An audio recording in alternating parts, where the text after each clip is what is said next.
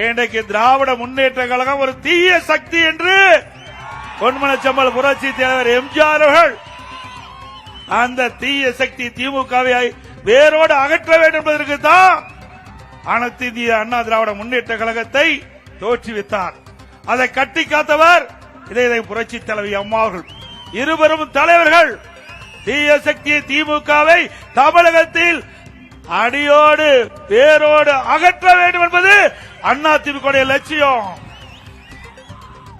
இன்றைக்கு புரட்சி தலைவர் எம்ஜிஆர் அவர்கள் 1972ஆம் ஆண்டு கட்சி தொடங்கப்பட்டதிலிருந்து இன்று வரை தீய சக்தி திமுகவை தமிழகத்தில் அகற்ற வேண்டும் என்பதுதான் நம்முடைய நிலைப்பாடு. அதற்காக நாம் பல்வேறு காலகட்டத்தில் நடவடிக்கை எடுத்துட்டு வரோம். இன்றைய தினம் திரு ஸ்டாலின் நேற்றைய தினம் பேசுகிறார். கள்ளக்குறிச்சி அரசு விழாவில் பேசுறார். அந்த அரசு விழாவில் எடப்பாடி பழனிசாமிக்கு சவால் விடுகின்ற விதமாக அவர் சேலஞ்சு பண்ணார். திராவிட முன்னேற்ற கழகம் ஆட்சிக்கு வந்து சுமார் 5 ஆண்டுகள் நிறைவு பெற இருக்கின்றது. 4.25 ஆண்டு ஆகிவிட்டது. இன்னும் ஒரு 3 மாதம் தான் இருக்குது. 3 அமாவாசை தான் இருக்குது. திமுக ஆட்சி அகற்றப்படுவதற்கு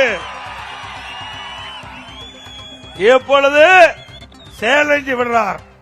அண்ணா ஆட்சியில 5% பணிகள் தான் நிறைவேற்றப்பட்டது. திரு ஸ்டாலின் அவர்களே சிந்தித்து பாருங்கள். நீங்க பேசிய இடம் கள்ளக்குறிச்சி மாவட்டம். அந்த கள்ளக்குறிச்சி மாவட்டத்தை அண்ணா திமுக ஆட்சி இருக்கின்ற பொழுதுதான் மாவட்ட உதயமானது.